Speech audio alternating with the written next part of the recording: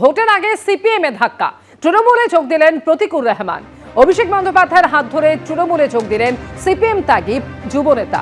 তৃণমূলে যোগদানের পর প্রতীকুর রহমানকে দল থেকে বহিষ্কার করল সিপিএম। ভোটের মুখে কাস্তে হাতুড়ি ছেড়ে জোড়া ফুলে প্রতীকুর রহমান। বিজেপির বিরুদ্ধে লড়াইতে একমাত্র ভরসা তৃণমূলই। তৃণমূলে যোগদানের পর মন্তব্য প্রতীকুর রহমানের।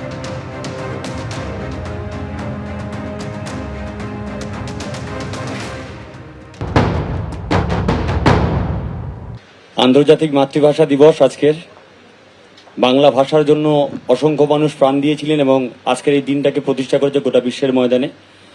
আজকে ঠিক সেই সময় দাঁড়িয়ে পশ্চিমবঙ্গের মাটিতে বাংলার অস্মিতা, বাংলার গৌরব, যেটা নিয়ে বাংলার মুখ্যমন্ত্রী লড়াই করছেন, সঙ্গে আমাদের নেতৃত্ব অভিষেক ব্যানার্জি লড়াই করছেন। এবং আমার মনে হয়েছে যে এই সময়কালে দাঁড়িয়ে বিজেপির বিরুদ্ধে লড়াই করবার জন্য, বিজেপিকে আটকানোর জন্য যেভাবে গোটা ভারতবর্ষে মানুষের কণ্ঠ রোধ হচ্ছে, তার বিরুদ্ধে দাঁড়িয়ে বিজেপির বিরুদ্ধে লড়বার জন্য সবচেয়ে বড় শক্তি হচ্ছে তৃণমূল কংগ্রেস।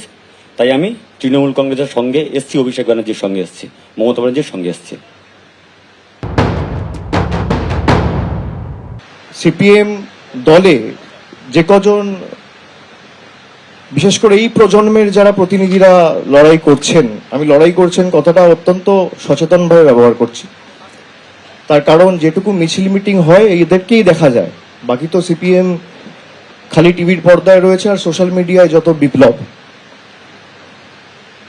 এবং পুরো ক্ষোভ বা তাদের যে আক্রমণটা, সেটা তৃণমূল কংগ্রেস, মমতা বন্দ্যোপাধ্যায় আমাকে তো করেই, কিন্তু শালীনতার একটা গণ্ডির মধ্যে থেকে কাজ করা এবং রাজনৈতিক লড়াইটা লড়া, কোনো মতে সেই শালীনতার গণ্ডি যাতে কেউ অতিক্রম না করে। আজকালকার দিনের যারা সিপিএম এর প্রতিনিধিরা সোশ্যাল মিডিয়ায় বক্তব্য রাখছেন বা সমাজ মাধ্যমে বা সংবাদ মাধ্যমে যায়, তাদের অনেকের কথা আমি শুনি। ব্যক্তিগতভাবে আমি প্রতিকূলকে দেখেছি কোনোদিন তারা কোনো দলকে আক্রমণ করেনি। এর আগে প্রথমে দলের রাজ্য কমিটি থেকে পদত্যাগ করেন প্রতীকুর রহমান এবং এরপরই সরাসরি দলের রাজ্য সম্পাদক মোহাম্মদ সেলিমকে নিশানা করেছিলেন তিনি। একাধিক অভিযোগ করেছিলেন তিনি দলের বিরুদ্ধে।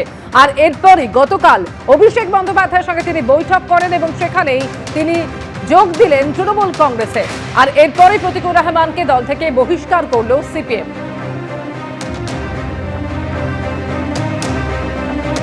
বিজেপির বিরুদ্ধে লড়াইতে একমাত্র ভরসা তৃণমূলই। তৃণমূলে যোগদানের পর এমনই প্রতিক্রিয়া প্রতীকুর রহমানের।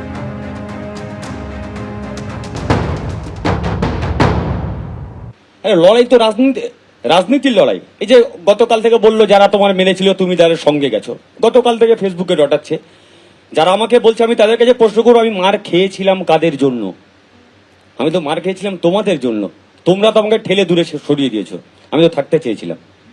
তবে এটুকু বলতে পারি, দলে দম বন্ধ করা পরিস্থিতির মধ্যে অনেকেই মুখ খোলা শুরু করেছে। হয়তো আমি রাজপ্রাসাদের বাইরে এসে জিজ্ঞেস করেছি, রাজা একটু থামুন। ওই প্রসাদের মধ্যে ঘুমন্ত শিশু জেগে উঠেছে, প্রশ্ন করে, রাজা তোর কাপড় কোথায়? গতকালই অভিষেক বন্দ্যোপাধ্যায়ের সঙ্গে গিয়ে বৈঠক করেন প্রতীকুর রহমান এবং সেখানেই তৃণমূল কংগ্রেসে যোগদান করলেন তিনি। অভিষেক বন্দ্যোপাধ্যায়ের হাত ধরে তৃণমূলে যোগ দিলেন সিপিএম ত্যাগী যুবনেতা।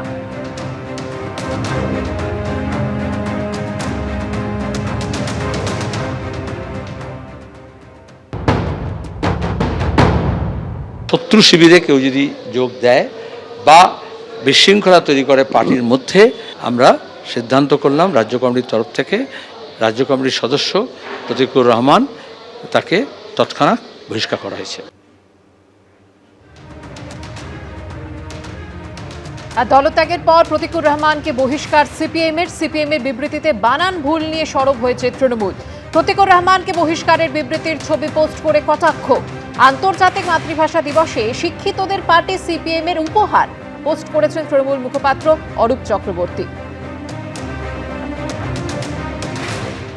প্রতীকুর রহমানকে বহিষ্কার করেছে, বহিষ্কার তৎক্ষণাৎ, দুটো বানানি। শিক্ষিতদের পার্টিতে এত শিক্ষায় শিক্ষিত পার্টি, তার একটা বহিষ্কারের চিঠি বানালে অবনতি, তারা আবার বড় বড় ডায়লগ করে। এই জন্যই পার্টিটার আজকে এই অবস্থা। প্রতীকুর রহমানকে বহিষ্কার করে যে বিবৃতি ভারতের কমিউনিস্ট পার্টি মার্ক্সবাদী পশ্চিমবঙ্গ রাজ্য কমিটি দিয়েছে, তাতে বহিষ্কার বানানটাই ভুল। আন্তর্জাতিক মাতৃভাষা দিবসের দিন বহিষ্কার বানান, সেই বহিষ্কার বানানটাও মেধা চর্চার কেন্দ্র আলিমুদ্দিন স্ট্রিট, মোহাম্মদ সেলিমের নেতৃত্বে নাকি হাজার হাজার তেজি ঘোড়া, মেধা সম্পন্ন সব ঘোড়াদের নিয়ে যে আলিমুদ্দিন স্ট্রিট ফাংশন করছে, তারা ঠিক করে বহিষ্কার বানানটাও লিখতে পারছে না।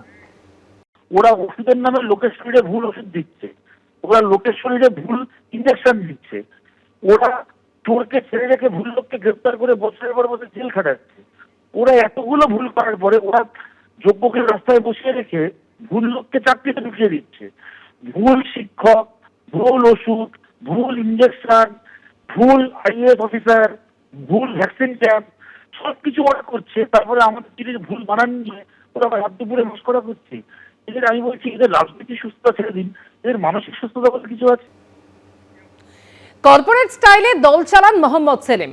আপনি নিজে কথা না বলে বিমানদাকে নামিয়েছেন, দাঙ্গাকারী হুমায়ুনের সঙ্গে বৈঠক করেছেন, ঘণ্টাখানেক সঙ্গে সমান অনুষ্ঠানে এসে মোহাম্মদ সেলিমকে এভাবেই আক্রমণ করেছিলেন প্রতিকুর রহমান। আমি চিঠিটা দিয়েছিলাম মোহাম্মদ সেলিমকে, আমি চেয়ারকে চিঠি দিয়েছিলাম সুমনদা। উনি যখন কর্পোরেট স্টাইলে পার্টিটা চালাচ্ছেন, তাহলে উনি বস, আমি কর্মচারী।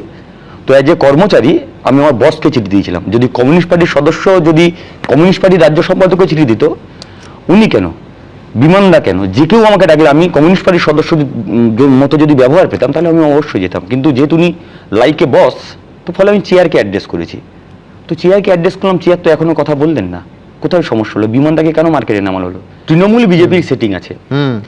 তৃণমূল বিজেপির সেটিং ভাঙার জন্য মমতা ব্যানার্জি সুপ্রিম কোর্টে চলে গেলেন, আর সিপিএম বিজেপির সেটিং ভাঙার জন্য মোহাম্মদ সেলিম হুমায়ুনের সঙ্গে বৈঠক করতে গেলেন।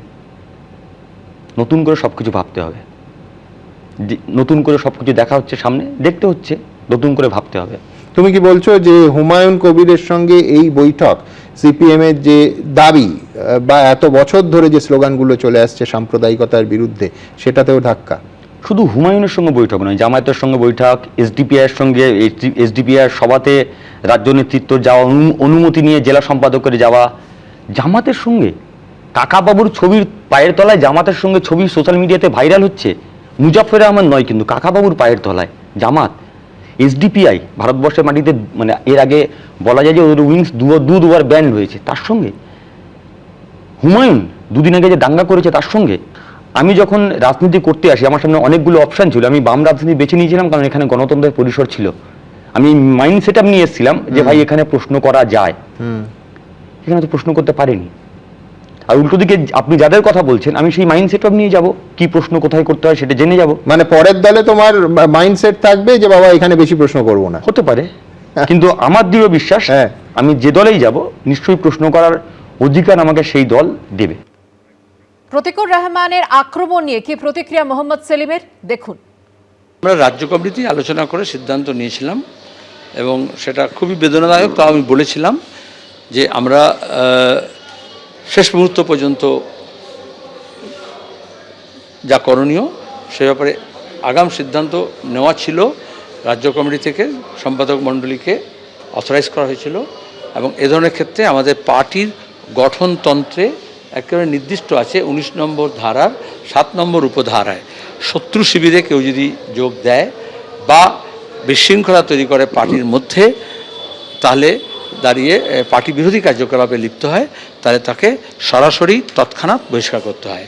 সেই গণতন্ত্রের 19 ধারার 7 নম্বর উপধারা অনুযায়ী আমরা সিদ্ধান্ত করলাম রাজ্য কমিটির তরফ থেকে, রাজ্য কমিটির সদস্য প্রতিকুর রহমান, তাকে তৎক্ষণাৎ বহিষ্কার করা হয়েছে। এই সবই হচ্ছে এই গ্যাংস্টারের, ওয়ান অফ দি মেজর গ্যাংয়ের কাছে, কিংপিনের কাছে সারেন্ডার করার পূর্ব শর্ত এসব কথা বলা।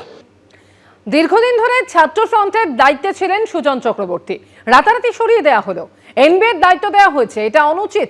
ঘণ্টাখানেক সঙ্গে সমান অনুষ্ঠানে এসে মন্তব্য করেন প্রতিকুর রহমান।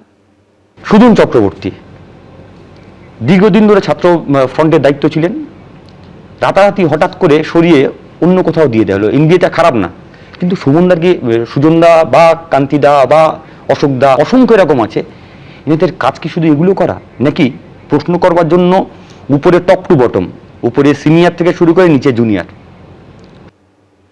প্রতিকুর রহমানের এই দাবি নিয়ে সুজন চক্রবর্তী কি বলছেন, দেখুন। অর্বাচীনের কথার উত্তর দেওয়াটা আমার কাজ নয়, আমি দিতে রাজি না। উনি এখন কোথায় খেলছেন, কার হয়ে খেলছেন, কি খেলবেন, আরো স্পষ্ট হবে। কোনো কথার কোনো মূল্য থাকে না যখন কেউ স্লিপ করে অতলে তলিয়ে যায়, তখন তার কথার মূল্য কি থাকে? অর্বাচীনের কথা। কিন্তু প্রসঙ্গত আমি জানি রাখি, ন্যাশনাল বুক এজেন্সি ভারতবর্ষের প্রাচীনতম পাবলিকেশন সংস্থাগুলোর মধ্যে একটা। প্রতিষ্ঠাতার নাম মুজাফফর আহমেদ। এই সংস্থার দায়িত্বে শ্যামল চক্রবর্তীরাও ছিলেন। এই সংস্থা এখনো তার মূল মাথা বিমান বসু। আমি তাদের সাহায্য করতে পারাটা আমার কাজের মধ্যে পড়ে বলি আমি মনে করি। অর্বাচীনের কথার উত্তর দেওয়াটা আমার কাজ নয়। এবিপি আনন্দ, এগিয়ে থাকে, এগিয়ে রাখে।